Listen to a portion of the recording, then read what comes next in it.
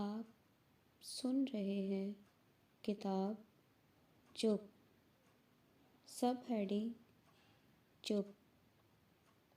جب کبھی کسی وجہ سے بیٹھک کی تیسری کھڑکی نہ کھلتی تو فوراً اسے خیال آتا کہ وہ اپنے میاں کے پہلو میں پڑی ہے اور وہ معطر گود کسی اور کو گھیرے ہوئے ہے، وہ حنا آلود ہاتھ کسی اور کے ہاتھ میں ہے، اور اس خیال سے اس کے دل پر سانپ لوٹ جاتا اور وہ تڑپ تڑپ کر رات کاٹ دیتا۔ پھر جب کبھی وہ ملتے تو شکوہ کرتا اور رو رو کر گلہ کرتا، لیکن وہ ہاتھ تھپک تھپک کر اسے خاموش کرا دیتی۔ ادھر قاسم اور جینا کی باتوں سے محلہ گونجنے لگا، مدھم آوازیں بلند ہو گئیں، سرگوشیاں دھمکی کی صورت میں ابھر آئیں، اشارے کھلے تانے بن گئے۔ میں کہتی ہوں چاچی، رات کو دونوں ملتے ہیں، مسجد کے ملا نے اپنی آنکھ سے دیکھا ہے۔ تم اس کی بات چھوڑو بی بی، آنکھ کا اندھا نام چراغ دین، اسے کیا پتہ چلے گا کہ بیوی غائب ہے؟ سنا ہے چاچی، ایک روز میاں کو شک پڑ گیا، پر جینا، توبہ، اس کے سر پر تو حرام سوار ہے، نہ جانے کیسے معاملہ رفع دفع اور ایسی بات بنائی کہ وہ بدھو ڈانٹنے ڈپٹنے کی جگہ الٹا پریشان ہو گیا۔ پیٹ میں درد ہے کیا؟ تم چلو، میں ڈھونڈ لاتا ہوں دوا۔ اب طبیعت کیسی ہے؟ وہاں تو اور ہی درد تھا بھابھی، جبھی تو پھاہ رکھوانے آئی تھی۔ مسجد کا ملا کہتا ہے بڑی بھی ہے، اس کا کیا ہے؟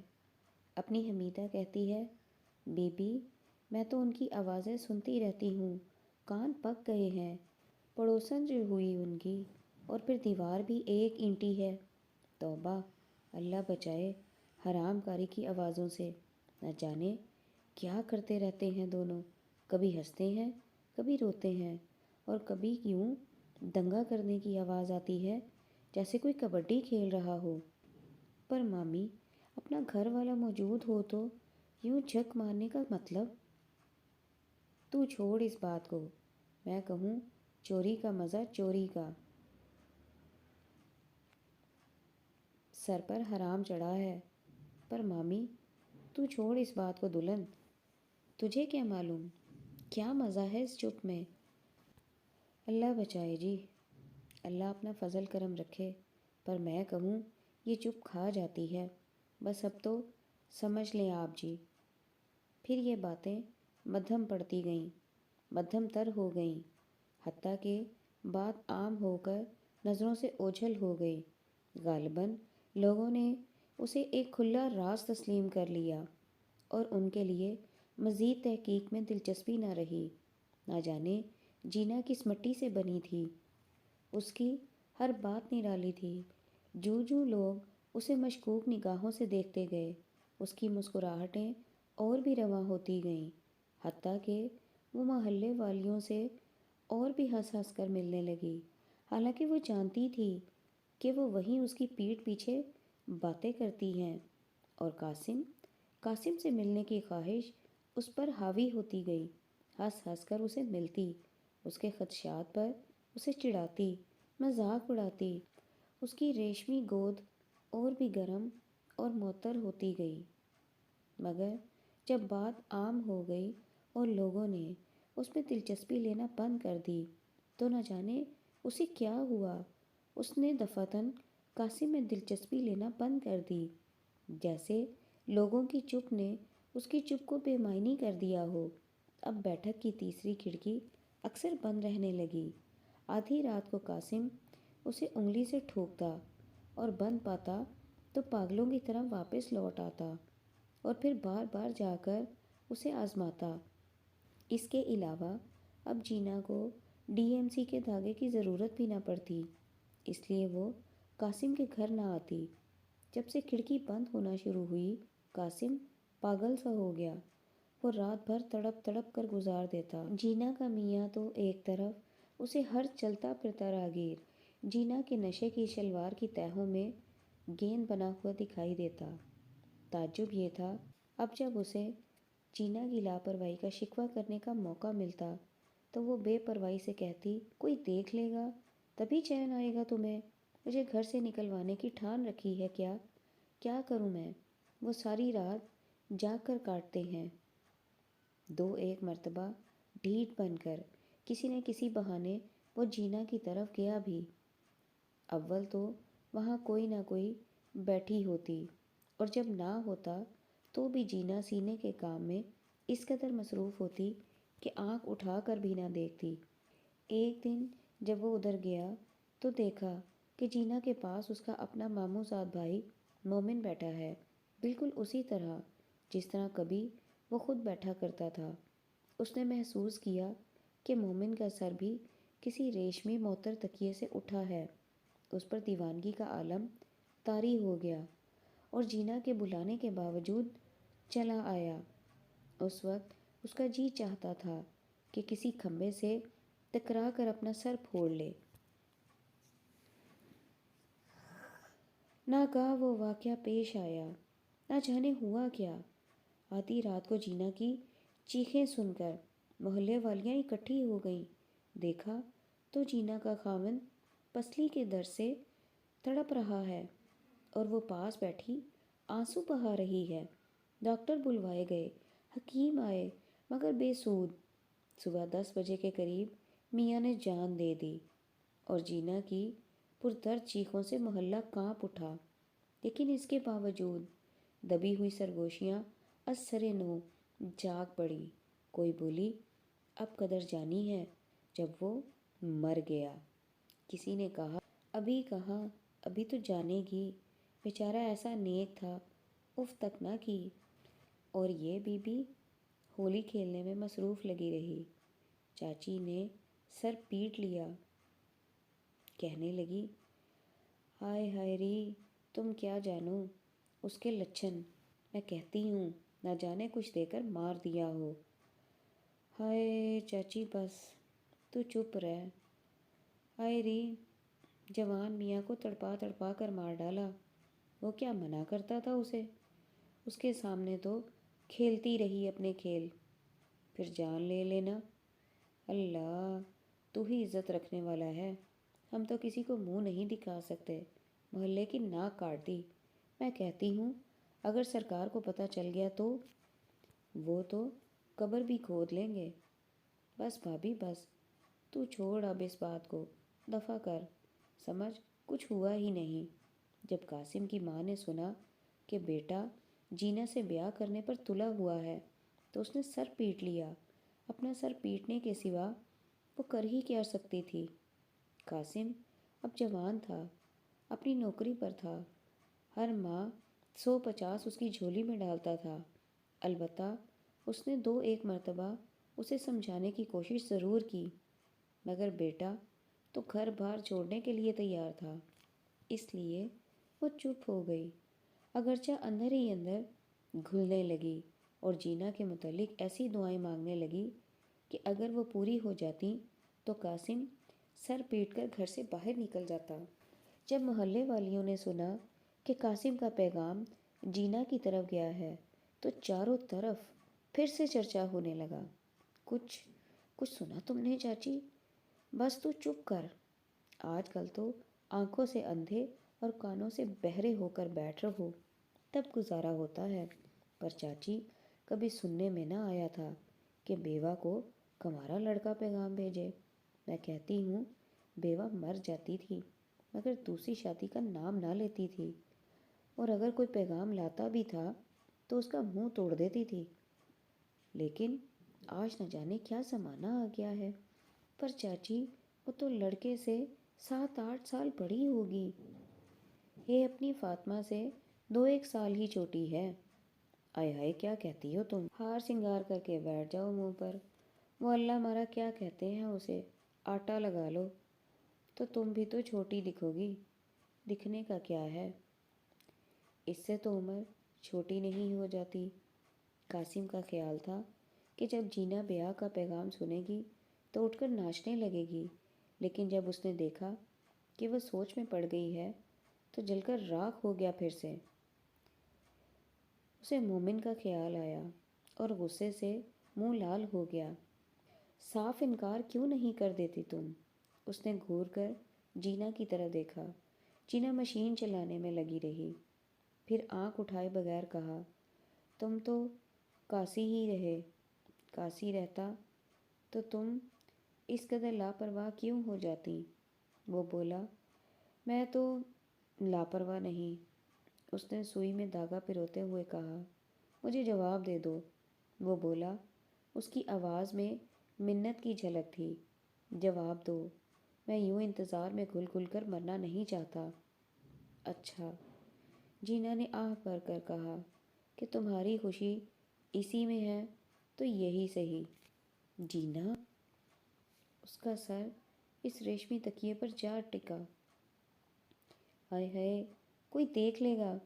وہ بولی، دیکھ لے۔ اس نے جیسے نیند میں کہا، کہیں مومن نہ آ جائے۔ جینا سے سرسری طور پر کہا، مومن؟ اس کے دل پر تیر سا لگا اور وہ اٹھ بیٹھا۔ مومن آ جائے تو اسے جان سے نہ مار دوں؟ وہ غرایا۔ اس کے نکاح پر محلے والیوں نے کیا کیا نہ کہا۔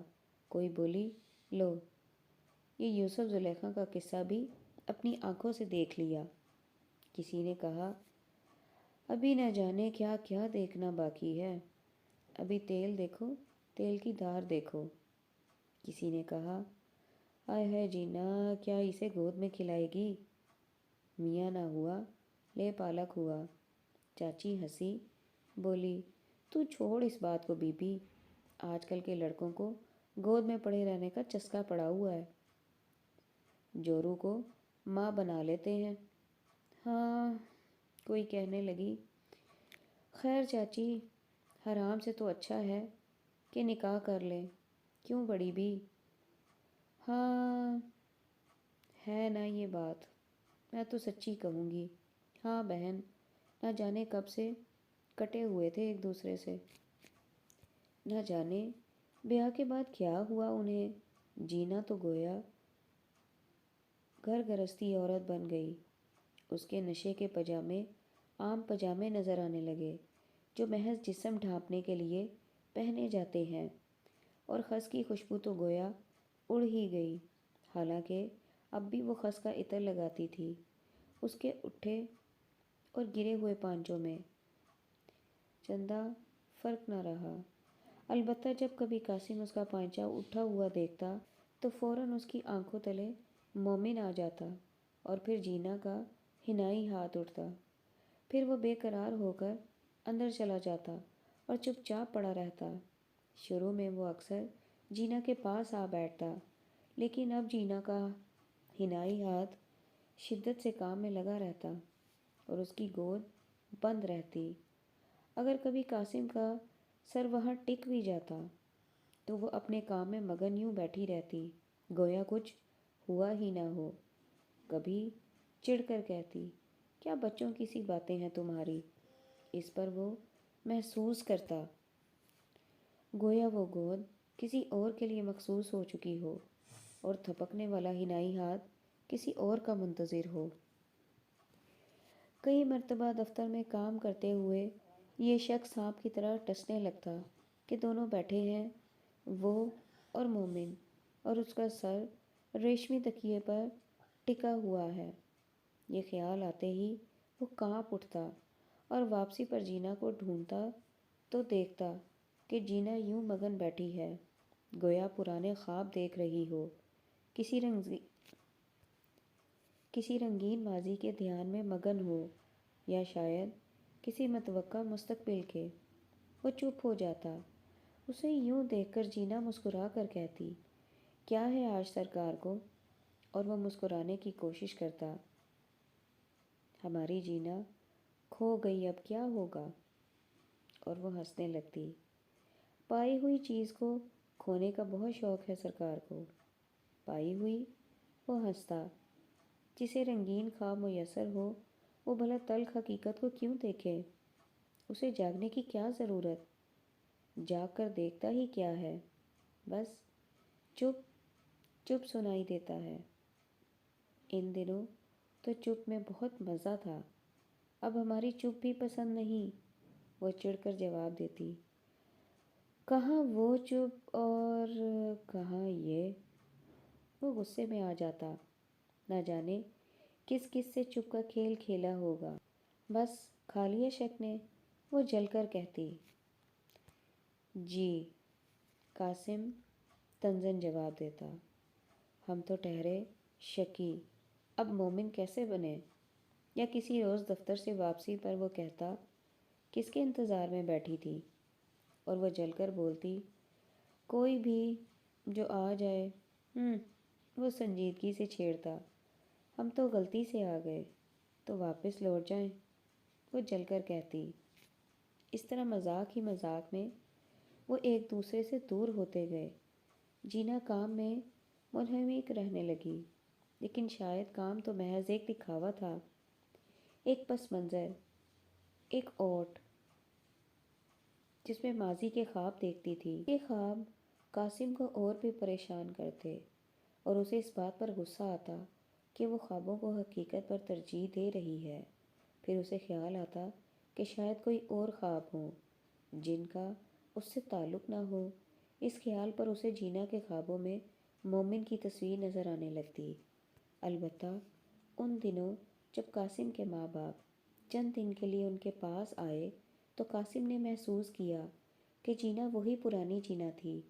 اس روز جب اماں سے باتیں کر رہا تھا تو جینا نے آ کر اندھیرے میں اس کی کمر پر چٹکی بھر لی، اور جب وہ گھبرا کر کچھ کہنے لگا تو بولی، چپ، اور ایک حنائی ہاتھ نے بڑھ کر اس کا منہ بند کر دیا۔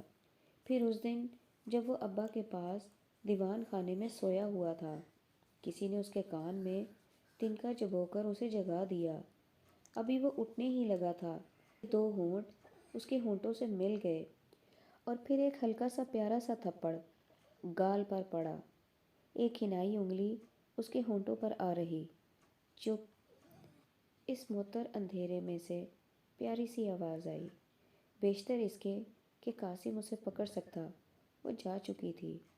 پھر ایک روز غسل خانے میں جب وہ نہانے لگا تو فوراً کوئی دروازے کی اوٹ میں سے نکل کر اس سے چمٹ گیا۔ وہ گھبرا کر چلانے لگا، مگر دو حنائی ہاتھوں نے اس کا منہ بند کر دیا۔ چپ۔ وہ دیوانہ وار ان حنائی ہاتھوں کو چومنے لگا۔ پھر جب اس نے جینا کو پکڑنے کی کوشش کی تو وہ منہ پکا کر کے بولی، شور مچا دوں گی تو ابھی اماں آ کر سمجھ لے گی تم سے۔ جب اس کے والدین نے جانے کی تیاری کی تو قاسم نے اس خیال سے انہیں نہ روکا کہ ان کے چلے جانے پر اس کی کھوئی ہوئی جینا مکمل طور پر اسے مل جائے گی۔ حالانکہ جینا نے ہر ممکن طریقے سے انہیں روکنے کی کوششیں کی۔ اس کی منتیں سن کر یوں گمان ہوتا تھا جیسے کوئی ڈوبتا تنکے کا سہارا ڈھونڈ رہا ہو، مگر وہ چلے گئے اور جینا ہار کر بیٹھ گئی۔ ان کے چلے جانے کے بعد قاسم نے ہزار کوششیں کی، لیکن اپنی جینا کو پانے کی جگہ اور بھی کھوئے چلا گیا۔ اس بات پر قاسم کے شکوک ازسر نو چمکے۔ ان شکوک نے جینا کو اور بھی چڑھا دیا۔ جینا کے چڑھنے نے اس کے شبہات کو ہوا دی اور وہ چپ چپ رہنے لگا، حتیٰ کہ وہ ایک دوسرے سے اور بھی بیگانہ ہو گئے۔